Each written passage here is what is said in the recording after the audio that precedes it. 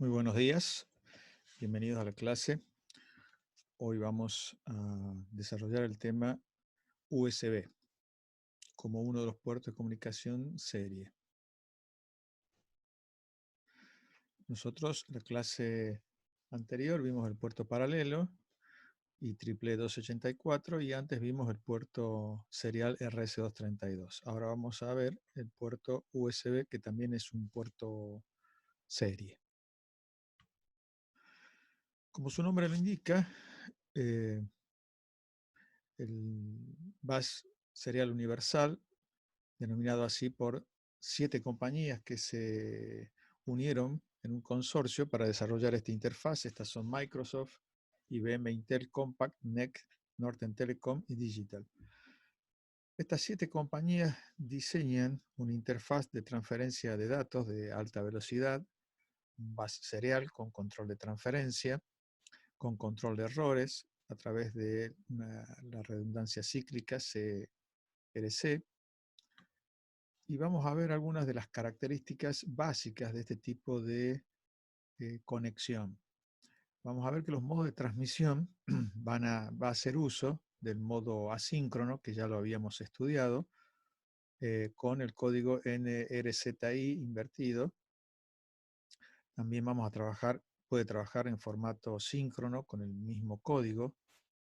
Incorpora un método de transferencia de sincronismo que se llama isocrónica, con una transmisión periódica de voz, video, texto e imágenes. Esto significa que agrupa en el payload la transferencia de este tipo de archivos e incorpora un sincronismo periódico cada X cantidad de caracteres en función del tipo de datos que está transmitiendo. También hablamos de la transferencia tipo bulk. Esta es una transferencia no periódica.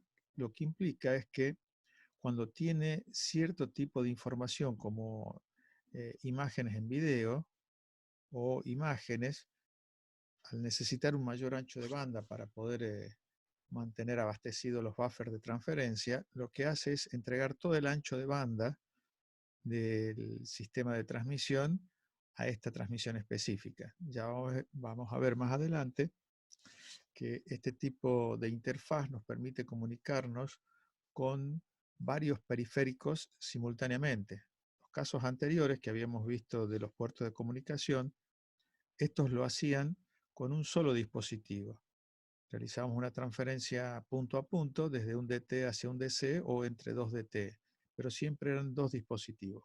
En cambio, vamos a ver que USB tiene la particularidad de poder dialogar a través de un único puerto con 127 periféricos como máximo, siendo esta una diferencia significativa respecto a los interfaces que venimos analizando. También tiene un modo de transmisión que se llama de control, donde se accede a los dispositivos y a su configuración a partir de caracteres específicos de control sin enviar datos. También tiene un sistema de transmisión por interrupción, que son los ya denominados IRQ, que ustedes han estudiado seguramente en ACO. Este tipo de interrupción los utilizan los dispositivos muy lentos, como son los teclados, mouse, etc. Y luego, como dijimos, trabaja con detección de errores a través del código de redundancia cíclica. Características físicas de la conexión, hablamos de una longitud máxima de enlace de 5 metros. Luego tiene una característica muy importante, que es plug and play. ¿Qué significa esto? Que yo conecto y funciona. Eso significa que se pusieron de acuerdo. Si ustedes analizan las compañías que conforman el consorcio USB, son compañías que se dedican a la producción de software y hardware, y también compañías vinculadas con las telecomunicaciones. Esto implica que cuando diseñaron esta interfaz RC232, también diseñaron los drivers para poder conectar estos dispositivos. Quiere decir que un fabricante de hardware que pretende comunicarse a través de USB tiene que hacer uso de los drivers preexistentes o este consorcio debe diseñar el driver necesario para que los dispositivos funcionen. Ustedes adquieren estos drivers a través de las actualizaciones del sistema operativo. Quiere decir que siempre están actualizados y si el dispositivo que ustedes conectan no posee todavía el driver, el sistema operativo, lo que hace es instalar un driver que les va a permitir realizar las transferencias mínimas sin las particularidades de soporte que posee el dispositivo con el cual ustedes se quieren comunicar.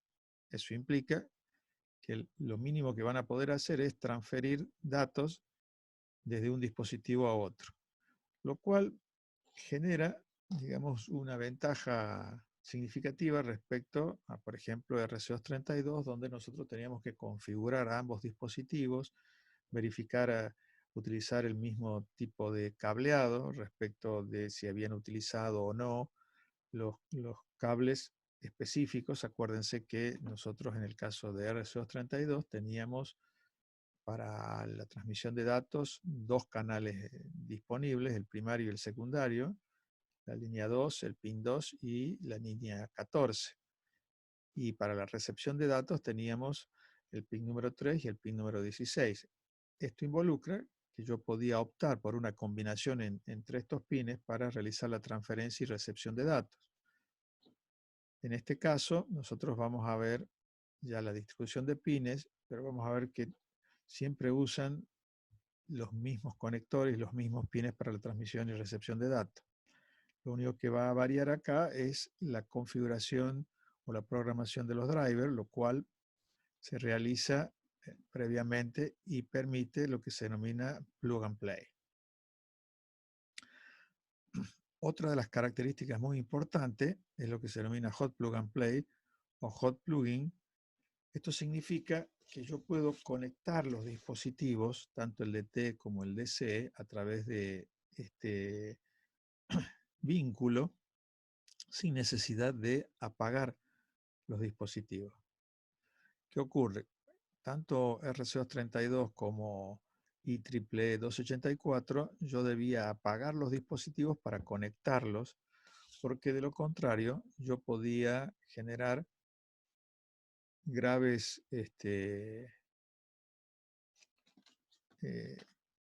movimientos de corriente. Al conectar y desconectar se generan lo que se denominan transitorios, y estos transitorios, que duran entre los nano y los microsegundos, generan variaciones de tensión de mucha amplitud que no pueden ser soportados por los circuitos electrónicos. Esto genera la destrucción de estos circuitos electrónicos. Entonces, por eso es que se deben apagar los dispositivos. En cambio, en caso de USB, esto está resuelto y vamos a ver cómo lo hacen. Lo primero que tenemos que tomar en cuenta es que nosotros, a través de esta interfaz, podemos alimentar a los dispositivos con los cuales nos estamos conectando. Eso significa que podemos enviarles energía.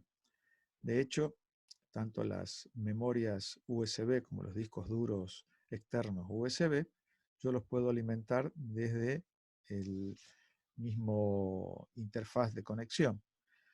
Entonces aquí hay que hacer ciertos análisis muy importantes. Si yo estoy conectando un periférico USB, que en este caso sería un disco duro, que es un disco mecánico, que tiene la particularidad de poseer estos discos que giran a 15.000 revoluciones por minuto, y poseen los lectores que se introducen dentro de estos discos para realizar esas lecturas. Cuando yo voy a conectar o desconectar un dispositivo, lo que ocurre es que estos lectores deben estar en lo que se denomina la posición de reposo, para evitar daños físicos por la pérdida de las revoluciones de este disco, lo cual puede llegar a generar raspaduras a través de rozamiento sobre la superficie. Entonces, cuando decimos hot plug and play, que yo puedo conectar o desconectar, ustedes habrán visto que tienen la posibilidad de lo que se denomina desconexión segura a través del sistema operativo. Entonces, cuando ustedes dicen, bueno, si yo puedo conectar o desconectar, sin necesidad de apagar el dispositivo, pero dependiendo del dispositivo que yo estoy conectando, debo hacer uso de este sistema de desconexión segura. ¿Qué significa esto? Como esto es un disco mecánico, lo que va a ocurrir cuando yo pida desconexión segura es que estos cabezales van a ir a su posición de reposo, ya que se encuentran a distancias de décimas de milímetro de la superficie que gira 15.000 revoluciones por minuto. De lo contrario, pueden producir daños severos sobre estos discos.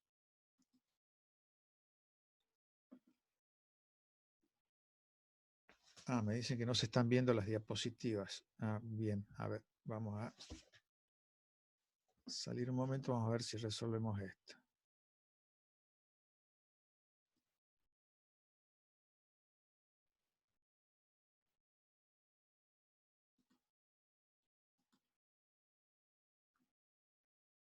¿Allí están viendo la diapositiva?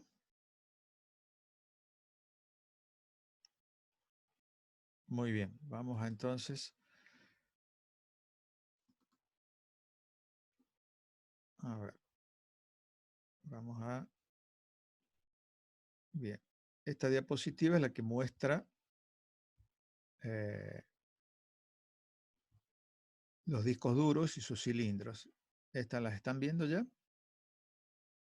Así continúa. ¿Sí? Perfecto. Entonces, lo que les decía es que, fíjense que ustedes tienen aquí los discos. Estos son discos duros mecánicos. Significa que tienen discos donde se almacena en forma magnética la información y estos cabezales son los que leen o escriben la información en estas superficies de forma magnética. Ahora, tienen lo que se llama una posición de trabajo, que es cuando están leyendo o escribiendo, y tiene una posición de reposo. ¿La observan bien ahí?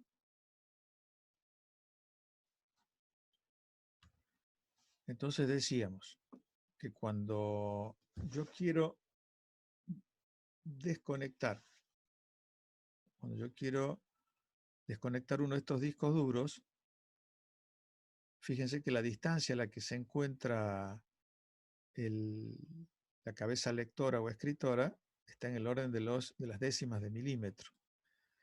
Entonces, puede llegar a ocurrir esto, dañar físicamente el sector de almacenamiento, porque yo lo he desconectado sin realizar desconexión segura. ¿Qué hace desconexión segura? Garantiza de que el cabezal pasa a su posición de reposo antes de ser desconectado.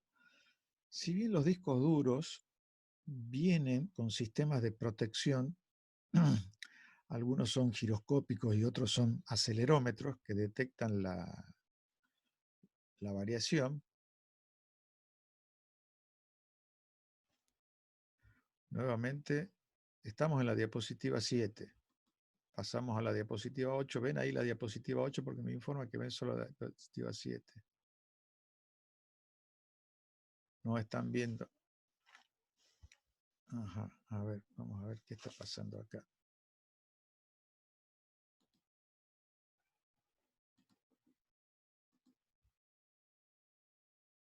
Ahí están viendo la diapositiva 8. Perfecto. Voy a hacer una prueba, voy a pasar a la diapositiva siguiente. Ahí vieron el cambio de la diapositiva. Bien. Vamos a ver qué está pasando. Bueno, volvamos hacia atrás entonces. Estamos en la diapositiva 7, donde muestra el daño que se produce sobre la superficie. Si yo no retiro en tiempo y forma, fíjense que yo puedo llegar a la destrucción del disco duro. Los fabricantes de disco duro lo que hacen habitualmente es poner sistemas de protección, que son los acelerómetros, que detectan el movimiento del disco duro y lo que realizan es el movimiento de los cabezales hacia su posición de reposo. Lo mismo que los giróscopos que detectan el movimiento del disco duro y también los pueden detener. Ahora, estos dispositivos, ustedes pueden hacer la prueba con un disco duro externo que no sea de estado sólido, estos discos duros mecánicos, transmitan un video desde el disco duro mecánico y muévanlo lentamente y van a ver que se detiene la transferencia de los datos, y la sensibilidad en cuanto al movimiento del disco duro es lo que les va a dar, digamos, la garantía y en definitiva está vinculado con el precio del disco duro, porque esos acelerómetros tienen una sensibilidad que va a variar de acuerdo a la calidad de los componentes con los cuales está fabricado. Entonces lo que se trata de evitar cuando hablamos de hot plug and play, si bien yo puedo conectar y desconectar los dispositivos, yo puedo llegar a destruir un disco duro si es que no lo desconecté con el sistema de desconexión segura. Algunos discos duros poseen capacitores que almacenan energía, que a la hora de desconectarlos sin hacer desconexión segura, lo que hacen es, con esa energía remanente, llevan los cabezales a su posición de reposo. Ahora, también tenemos, el cambio tecnológico nos llevó a los discos duros de estado sólido, ¿sí? ¿Están viendo esta diapositiva? Donde ahí se ve el cambio tecnológico. Bien. Entonces vemos que, si bien ahora yo ya no tengo en los nuevos discos duros de estado sólido, ya no tengo el problema del posicionamiento del cabezal, que sería un problema grave, por lo cual generar la desconexión segura. Aún así, les dije que los fabricantes de discos duros lo que tienen son sistemas de protección contra movimientos no deseados de todo el sistema. Por ejemplo, si se les cae el disco duro en funcionamiento, el acelerómetro detecta rápidamente el movimiento y lleva al cabezal a su posición de equilibrio. Eso dura milisegundos, pero puede no llegar a ser totalmente eficiente y dañar el disco duro. Por eso tienen que tener mucho cuidado con el manejo de los discos duros externos que son mecánicos. La solución a todo esto fue la creación de discos duros de estado sólido, que están desarrollados en función de las tecnologías de compuertas NAND, pero aquí también tenemos desconexión segura. ¿Y por qué hablamos de desconexión segura si estamos trabajando ahora con discos duros de estado sólido, lo mismo que con las memorias USB de estado sólido? Porque existe algo que se denomina transitorio. Y acuérdense que cuando nosotros hablábamos de la variación de un flanco de una señal, esta variación no era instantánea ni abrupta, sino que tenía un tiempo de crecimiento hasta llegar a lo que se denomina régimen permanente, que es el valor al cual nosotros queremos llevar la señal cuando hay un cambio de tensión. Estos cambios de tensión se dan, por ejemplo, cuando yo abro y cierro un interruptor. Estos transitorios generan grandes sobrepicos de tensión. Cuando hablamos de sobrepicos de tensión, nosotros sabemos que esos sobrepicos de tensión pueden llevarnos a trabajar sobre zonas donde no habíamos definido los valores lógicos ni del 0 ni del 1, lo cual para nosotros sería un error en la transmisión de información. Ahora, la fuente de estos sobrevoltajes transitorios pueden ser tormentas eléctricas, arranque de otros dispositivos que consumen mucha energía sobre la misma línea de transmisión de alimentación, o la apertura y cierre de un switch a la hora de transmitir una señal.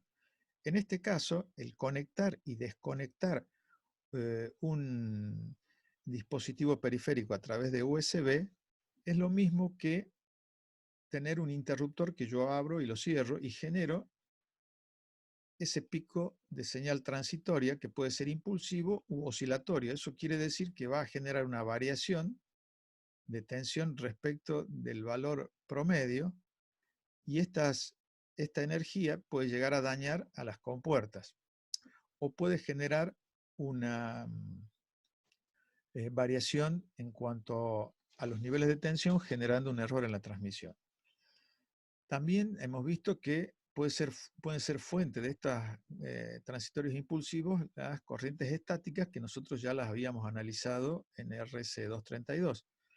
Ahora, lo importante es que todo este tipo de dispositivos de estado sólido poseen sistemas que absorben esa energía remanente. Fíjense que yo tengo acá, si es oscilatorio, el régimen transitorio va a generar picos positivos y negativos respecto a la tensión media a la cual yo quiero llegar. Ahora, esto es en el orden de los nano y microsegundos, el tiempo de duración de estos sobrepicos. Pero si nosotros tomamos en cuenta que los datos que nosotros estamos transmitiendo, el intervalo significativo, ¿se acuerdan? Dependía del ciclo de reloj. Y si estamos hablando de ciclos de reloj del orden de los gigahertz, significa que esos tiempos de duración del bit, lo que denominamos intervalo significativo, que cada vez es menor a medida que aumenta la velocidad de transmisión, nosotros estamos hablando de que el rango de existencia de estos transitorios coinciden perfectamente con el rango de duración del tiempo del bit. Por eso es que se establecen sistemas que absorben esa energía remanente, que pueden ser capacitores de tantalio o sistemas de diodos Zener rápidos, que lo que hacen es absorber esa energía. Por lo tanto, nuestro sistema está protegido contra esta sobrecarga desde el punto de vista eléctrico y no se dañan las compuertas ni se destruyen. Quiere decir que van a seguir funcionando nuestros sistemas de almacenamiento de estado sólido. Ahora, ¿cuál va a ser el problema si yo estoy conectando un dispositivo de almacenamiento de estado sólido si no se va a destruir? ¿Por qué entonces existe la desconexión segura? Inclusive Windows 10 en sus últimas actualizaciones dice que ya no la utiliza, pero acá ya vamos a analizar de qué estamos hablando. Nos paramos hasta antes de las últimas actualizaciones de 2018 en adelante para Windows 10 y vemos que existe la desconexión segura. ¿Por qué? Porque si bien no se van a dañar las compuertas de estado sólido, lo que sí se puede llegar a perder son los datos. Eso significa que antes de realizar la transferencia de los datos, en los buffers de transferencia se almacena la información y luego se transfiere. Ahora esos buffers de transferencia tienen señales de refresco que envían los microprocesadores y que son administrados a través del sistema operativo.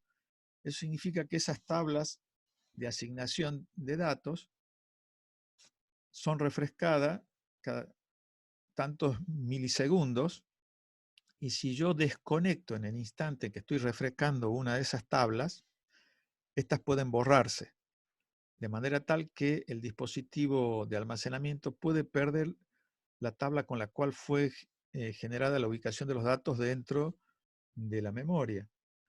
Entonces, yo lo que sí puedo llegar a perder son los datos. Y ustedes saben que existen software de recuperación de datos que evidentemente pueden llegar a recuperar parte de esos datos perdidos. Pero si yo quiero realizar una desconexión segura, debo utilizar lo que me provee el sistema operativo para garantizar de que no haya un refresco en el instante en que yo desconecto. ¿Qué hizo Windows 10? Lo que hizo es habilitar lo que se denomina una extracción rápida, con lo cual está habilitado como predeterminado. Lo que hace es transferir directamente la información al periférico sin generar estos buffers de transferencia de datos. Esto hace que el sistema sea más lento, pero que yo pueda efectivamente desconectarlo y que esté protegido contra la pérdida de datos. Pero aún así, fíjense que Windows le da la posibilidad, Windows 10, a partir de sus actualizaciones, les da la posibilidad de trabajar con mejor rendimiento, habilitando nuevamente el manejo de estos buffers de almacenamiento de datos antes de transferirlos. Entonces vemos que esta cuestión del hot plug and play es muy importante tomar en cuenta. Primero, si yo estoy desconectando un disco duro mecánico o un disco duro de estado sólido. Si tengo un disco duro mecánico, aún con Windows 10, tengo que tener mucho cuidado y generar la desconexión segura. Si bien el avance de la tecnología prevé de que se usen solamente discos de estado sólido. Así eso tiende la tecnología. Entonces, yo tengo que tomar en cuenta estos dos aspectos. Luego, si hablo de desconexión segura desde el daño físico de las compuertas NAND, bueno, esto no va a ocurrir porque están protegidos estos sistemas contra las sobretensiones. Y luego vemos que el sistema operativo genera un movimiento distinto a partir de Windows 10, de sus actualizaciones, que permite una desconexión rápida sin tener que expulsar a los dispositivos para garantizar que no se pierdan estos datos. No sé si hay alguna pregunta respecto a este tema, o si quedó claro. Lo pueden hacer por chat o habilitar sus micrófonos.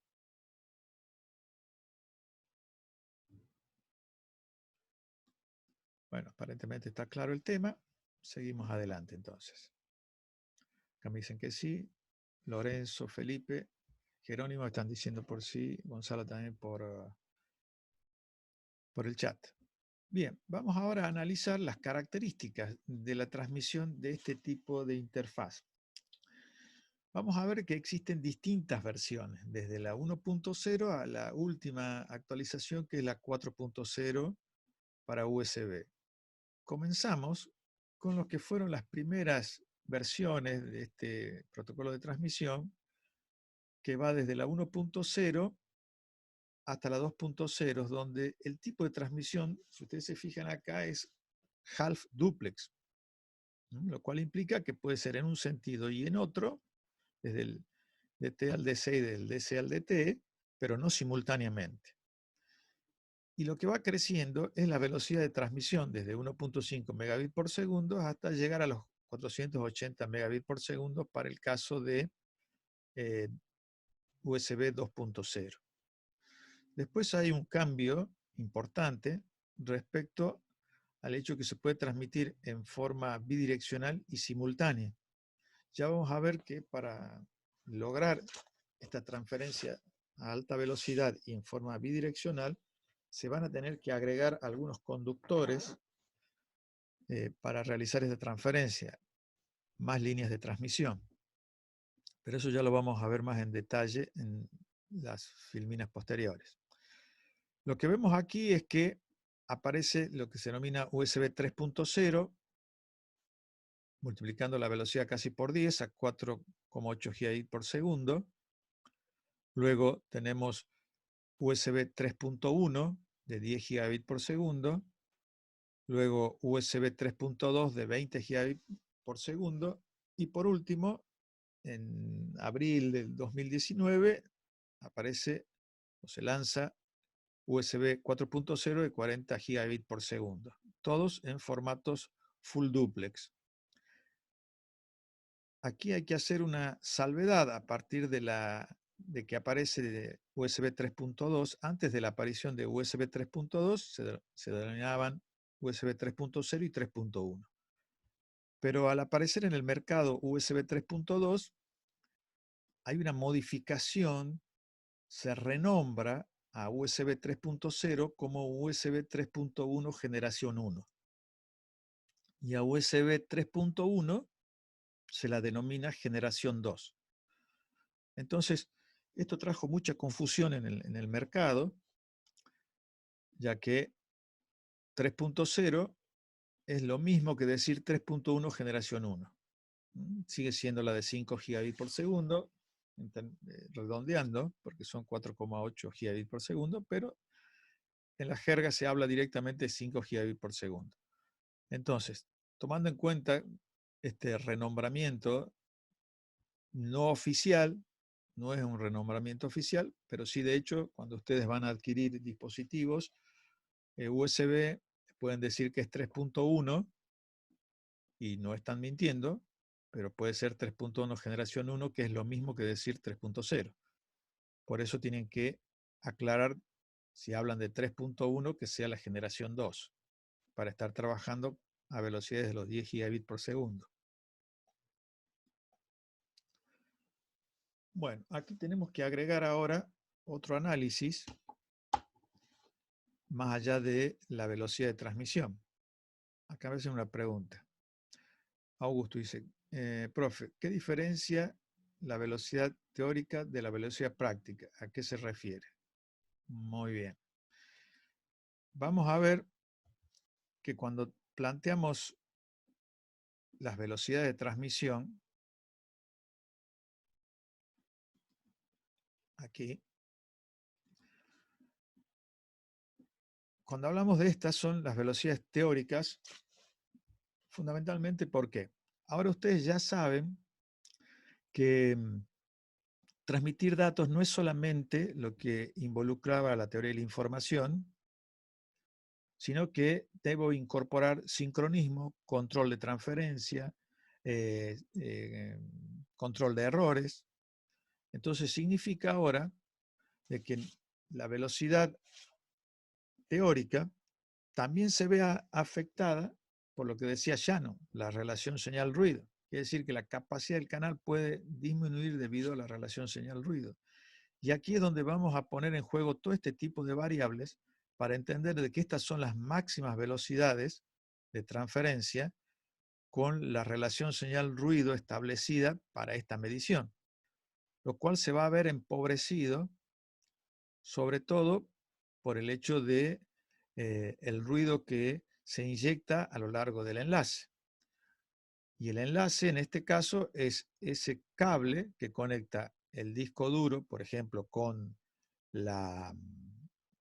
el puerto USB, ese pequeño cable que va a tener blindajes que nosotros vamos a analizar en la segunda parte de esta clase, y vamos a ver de que los discos duros en realidad generan señales de alta frecuencia, sobre todo las líneas de transmisión, y esas líneas de transmisión van a ser sometidas también a señales eléctricas externas que van a producir ruido, como ya lo vimos, por inducción. Y por ejemplo, cuando ustedes tienen, por solo dar un ejemplo, si ustedes tienen su celular, su teléfono móvil, ese teléfono móvil está generando señales de alta frecuencia, no solamente vinculándose con la antena, sino vinculándose con el Wi-Fi de su domicilio y también vinculándose a través de Bluetooth con algún dispositivo que están escuchando música. ¿Y a qué distancia habitualmente tienen ese teléfono respecto de un disco duro externo en el cual ustedes están trabajando? Supongamos conectar un disco duro externo que tiene un cable que no tiene más de 10, 12 centímetros, que siempre parece corto el cable. Y fíjense que lo que habitualmente hacemos es colocar el celular arriba del disco duro, porque queda justo cómodo, casi son del mismo tamaño. Ahora eso significa que ustedes le están inyectando señales de alta frecuencia a ese conductor. Y eso lo que está haciendo es empobreciendo el canal de transmisión. Entonces, este es uno de los factores. Otro de los factores es el tipo de sincronismo que se utiliza, dependiendo del tipo de datos que va enviando.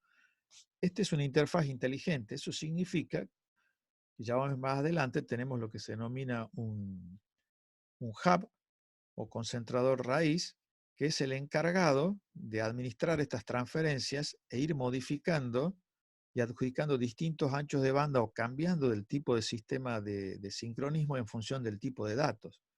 Entonces, este conjunto de elementos hace de que la velocidad de transmisión que aquí se consigna es la máxima.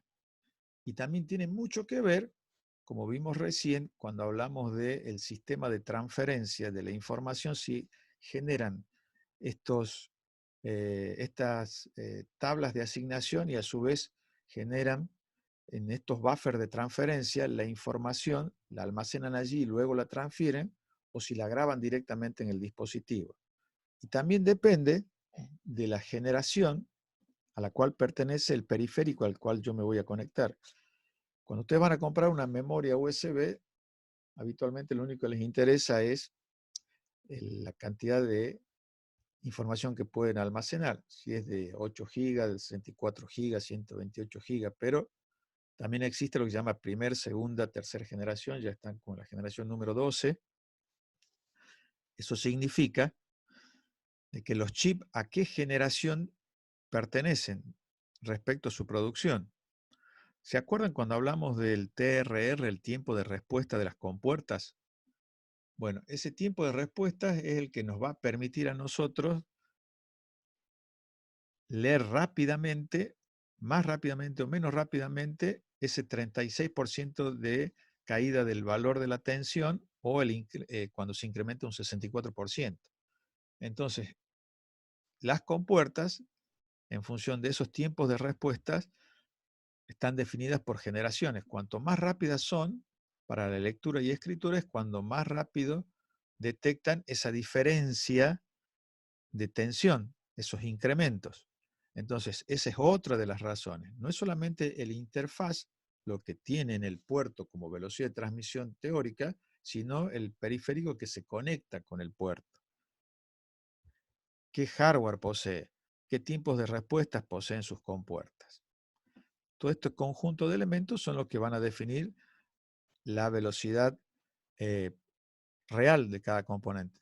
A tal punto que existen muchos videos en YouTube que les muestran personas que se dedican a comparar memorias de distintas marcas que se suponen que pertenecen a la misma generación y cómo algunas tienen mayor velocidad de respuestas que otras, lo mismo que los discos duros. Esto está en función de la tecnología con la cual fueron fabricados. Y otra cosa que después vamos a hablar es de el ruido. Más adelante vamos a hablar específicamente del ruido. Ahora, hay algo que es muy importante y es que cuando yo conecto y desconecto a través de los conectores USB, me conecto al puerto en sus puntos de acceso, USB define para 3000 conexiones y desconexiones su estándar. Eso significa que todo fabricante debe garantizar la exactitud en cuanto a la conexión eléctrica entre los contactos físicos de los pines cuando yo introduzco el conector para que yo lo haga 3000 veces. Al introducir, al sacar e introducir el conector, yo produzco desgastes mecánicos. Eso en términos eléctricos significa de que las superficies de contacto van a estar, no van a ser 100% solidarias, sino que van a existir intersticios.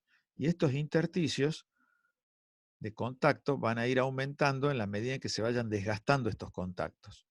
Acuérdense que dijimos que la corriente viajaba por la periferia de los conductores a medida que aumentaba la frecuencia de la señal. Entonces, cada vez que yo bajo en esta columna desde el 1.5 a los 40 gigabits por segundo, quiere decir que esta señal, la de 40 gigabits por segundo, está viajando estrictamente por la superficie del conductor. Y si encima se ha desgastado el sistema de acoplamiento por rozamiento, quiere decir que mi contacto eléctrico ahora ha disminuido, lo cual va a implicar, en términos de relación señal-ruido, un empobrecimiento de esa relación y por ende mi canal va a perder capacidad de transferencia de los datos. No sé si hasta allí logré evacuar la duda que me había preguntado Augusto.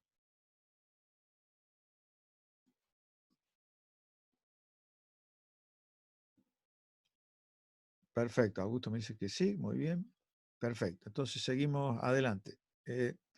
Nos queda un minuto, se va a cortar la transmisión y acuérdense que cortamos 5 minutos, un recreo y luego continuamos con la clase en un segundo módulo.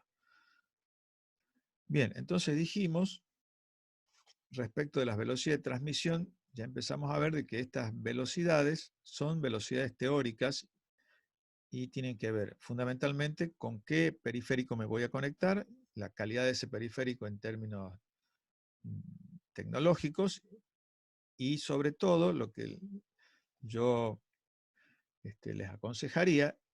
Normalmente un ordenador tiene varias entradas, siempre dejar una entrada solamente para los discos duros y las otras para teclados o pendrive para minimizar el desgaste por lo menos de una de las entradas, porque empiezan a perder capacidad de velocidad por desgaste mecánico. Bien, ya está por expirar el tiempo, entonces vamos a hacer una pausa y vamos a continuar la segunda parte en unos minutos. Muchas gracias, nos vemos en la segunda parte. Me tomo un café y volvemos. Muy bien.